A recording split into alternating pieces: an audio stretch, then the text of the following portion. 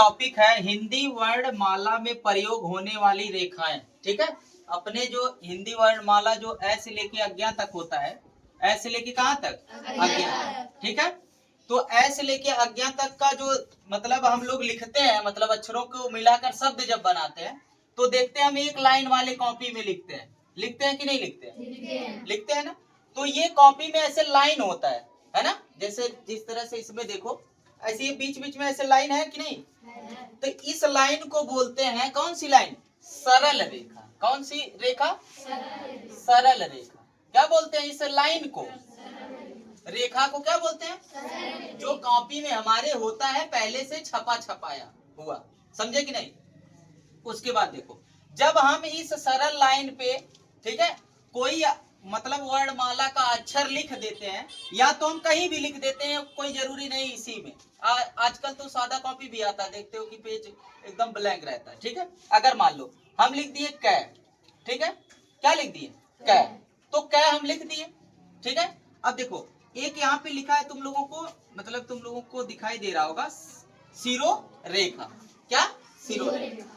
हिंदी वर्णमाला के ऊपर लगने वाला जो रेखा होता है उसी को क्या कहा जाता है?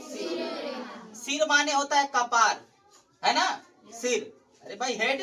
ठीक है, तो उनके कपारे पे जब रेखा लग जाई तो उनके का कही जाई? सिरो रेखा। मतलब के करे कपारे पे? वर्ण मतलब अक्षर के कपारे पे। अब देखा इनकरी कपारे पैसा लग गई तो का हो गई? ई वाली रेखा कौन रेखा हुई? क्या हो गई? अब हमेशा अगर हैंड राइटिंग अगर सुधारना है तो हमेशा सिरो रेखा सरल रेखा के बीच में, मतलब सरल रेखा के ठीक ऊपर होनी चाहिए। अब देखो क्या हम बोल रहे हैं, देखो यहाँ पे लिख दिए कै, अब यहाँ पे हम लिख दिए ऐसे सिरो रेखा चढ़ा दिए, ये अच्छा लगेगा? ऐसे किताब में ऐसे लिखते जाओ कै मैं और ले, इस पे सब रेखा चढ़ा दा, दो सिरो रेखा, ऐसे एक होगा।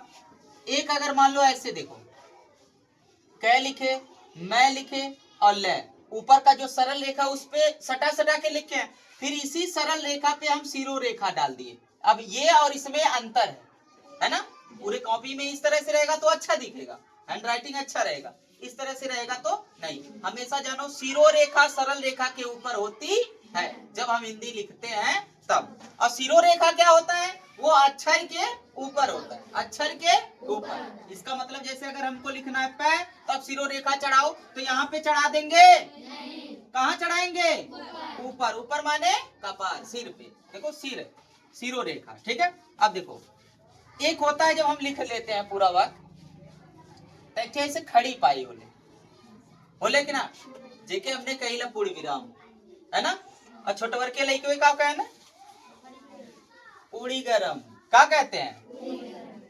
अरे तो है नहीं, वो कहने का ये मतलब है, इसका नाम है खड़ी पाई, ओरिजिनल नाम क्या है? खड़ी पाई। ठीक है, जिसको हम लोग जो है पूर्ण विराम भी कहते हैं। कहते हैं कि नहीं कहते? ये तीन प्रकार की होती है। ये जो मतलब खड़ी पाई है, ये वाली खड़ी पाई, ये क्या अब देखो खड़ी पाई हम इसको कब बोलेंगे? जब इसके ऊपर सिरो रेखा लगा रहेगा। अरे भाई अक्षर के ऊपर में जब खड़ी पाई आती है, सिरो रेखा लगाते हैं, तब वर्ण पूरा होता है। जैसे हम अगर ले लिखना है तो ये ले है, खड़ी पाई एक लगाएंगे फिर सिरो रेखा लगाएंगे, तब बिना खड़ी पाई के कोई अक्षर संभव नहीं। ठीक है, तो ये कितने प्रकार के होते हैं? खड़ी पाई कितनी प्रकार की? तीन। क्या प्रकार के?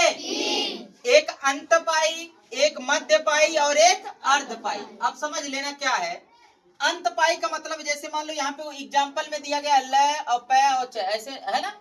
तो जैसे मान लो ल लिख रहे हैं, ल, तो ये अक्षर बन गया, मतलब अक्षर बन गया, तो इसको हम अंत कर रहे हैं, इसको लगा के, इसको लगा के क्या कर रहे हैं?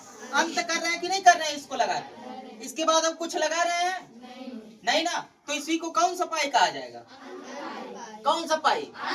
लगभग जितने भी अक्षर हिंदी वर्णमाला में होते हैं सभी अक्षर अंत पाई से मिलकर ही बने होते हैं। हमेशा कोई भी अक्षर ले लो, अगर मान लो मैं बनाओगे तो देखो ये अंत पाई है ना, देखो ये पाई खड़ी पाई है कि नहीं? अरे भाई खड़ी पाई है लेकिन वो अंत में है तो इसी को अंत पाई भी कहते हैं।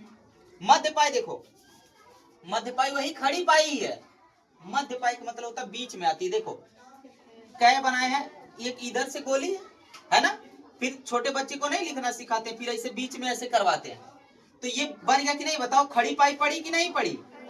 अब इसके बगल में भी कोई आ गया, अब देखो ये बीच में खड़ी पाई है, ये बीच में खड़ी पाई है, तो बीच में, बीच का मतलब होता है मध्य, तो इसी को क्या कहा जाता है, मध्य पाई। अरे भाई है कि नहीं, दिखाई नहीं दे रहा ये है ना। अब देखो फै के बीच में है कि नहीं है ना, तो क्या कहा जाएगा इसको, मध्य पाई। क्या कहा जाएगा, अंत में रहेगा, मध्य में रहेगा। आया कि नहीं समझ में। अब सीधा ऐसे खड़ा रहेगा तो इसको क्या कहेंगे, अरे भाई पूर्ण विराम या खड़ी पाई। खड़ी पाई का दो प्रकार बता रहे हैं, सर के ऊपर है कपारे पर तका का कपियन में ऐसा रेखा का मतलब पराइल बा तमाम है, ओके का कहा सरल रेखा, क्या कहेंगे आया कि नहीं समझ में। उसके बाद अब देखो अर्ध पाई क्या होता है, पाई तो रहेगा लेकिन आधी रहेगी बेचारी, जैसे टै बनाने देखो तनी भर ऐसा पाई ऐसा टै बन गया है ना। अर्ध माने होता है आधा, तनी भर देखा टै तो ऐसा बनावट देख लेना होगा केहू की टै टै बनावट देख ले भाई से नहीं ना, ठै केहू का अगर बनाए के डै बनाए के तो ऐसे थोड़ी देख ले होगा, डै ऐसे डै थोड़ी ना होला भाई। हम पूरा अगर पूरा मध्य पाई खड़ी पाई को हम लेकर उसमें डै बनाएंगे, ये डै नहीं है ना। अर्ध पाई मतलब आधा पाई, देखो डे बनाना तो आधा ऐसे करके, अब कितना भी बढ़िया है उसको हम बना सकते हैं, देखो बन गया कि नहीं। तो आधा पाई का प्रयोग किए हैं कि नहीं, तो आधा पाई का प्रयोग किया तो इसी को क्या कहा जाएगा, अर्ध पाई। कुछ ऐसे अक्षर हैं जिसमें अर्ध पाई का प्रयोग होता है। अब तुम लोग हिंदी वर्णमाला में जितने अंत पाई हैं, मध्य पाई हैं, अर्ध पाई हैं, जितने अक्षर ऐसे हैं तुम लोग उसको हेडिंग डाल के एग्जाम्पल के रूप में लिखोगे, समझे कि नहीं। खोज करिए, तुम्हारा काम भी होगा आज, ठीक है, होमवर्क होगा। अब देखो यहाँ पे ठै भी है ना, देखो ठै ऐसे कभी नहीं देखोगे ऐसे, ये ठै थोड़ी ना है, ठै है ये ठै है नहीं, क्योंकि ये पूरी पाई आ गई ना, अंत पाई है ये, अर्ध पाई ये मध्य पाई या अंत पाई कुछ भी पाई मानो इसको, आधी नहीं ना है। अब इसको मिटा दिए, अब आधा है तो इसको अब क्या बोल सकते हैं, सेब बोलोगे का, डिजाइन उसी का है तो ये मत बोल देना सेब है, ठीक है। दलितर कहीं के हमेशा ध्यान रखे रहते हैं, देखो इसमें कोई कहा है सेब है, तो आया कि नहीं समझ में पाई। इसके पहले तुमको पता था है? जो हमारे कॉपी में लाइन होती है उसको क्या कहा जाता है, सरल रेखा पर ही क्या बनाया जाता है, सिरो रेखा। अक्षर जब बनाओगे तब ये नहीं कि जो है तुम्हारे कॉपी में सरल रेखा है तो आज हम सिरो रेखा बनाएंगे, सिर्फ सिरो रेखा बनाए वैसे वो ना, जब अक्षर लिखवा तब बनेगा है ना।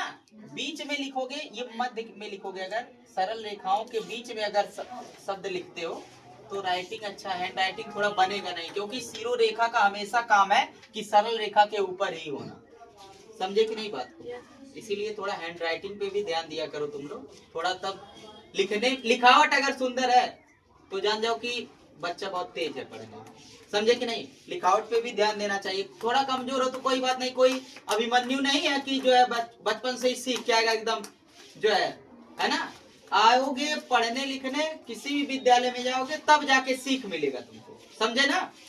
तो आपके मतलब जो प्रारंभिक टीचर है माँ है, ठीक है, फिर माँ बाप है, फिर गुरु है तीसरे नंबर पे, ठीक है। लेकिन ये तुमको पहले स्थान पर पहुंचाने का प्रयास करते हैं, समझे कि नहीं। हर टीचर ये चाहता है कि क्लास में सभी बच्चे फर्स्ट डिवीजन में, कोई ये नहीं चाहेगा कि हमारे बच्चे बेकार हैं, कोई दिक्कत नहीं फेल हो जाए, कोई टीचर ऐसा नहीं चाहता है ना। अरे ऐसा चाहता तुमको जो है पढ़ाता कोई ऐसे होमवर्क नहीं करके आते हो तो हमने पूछ लेला कि बाबू कैले बटन ना कैले हो ना कैले टाइमिए ना मिलत, इतना तू लड़िया उल्टे ले कि टाइमिए ना मिले, सीधे कहीं टाइमिए ना मिले, एकर मतलब इतना बिजी रहले सब जने हां पढ़ाई लिखाई। अब हमें खेलले कूदले टाइम मिली तब इन्हें टाइम दे, नहीं तो ना टाइम मिलल, बात खत्म। यही एक ऐसा मार्ग है जो तुमको हाई लेवल तक पहुंचा सकता है, बाकी कोई नहीं। कीट कीट खेलती हो तुम लोग लड़कियां, अभी भी कीट कीट खेलते हो, पता नहीं ऐसी बात है तोड़वा लो एक पैर। ऐ सब जो है साइकिल चलाई है तो जो नचावत है, टायरवा घिस जाते हैं, वैसे तू सबके जिंदगी घिस जाए, समझे तो ना आवा। जैसे तैरवा जब नचावत तो देखा तो वो तैरवा घिसरा जाला, तो उसमें अगर काम कर रहे हंस का है ना, देखा एक एक चपड़ बंद कर।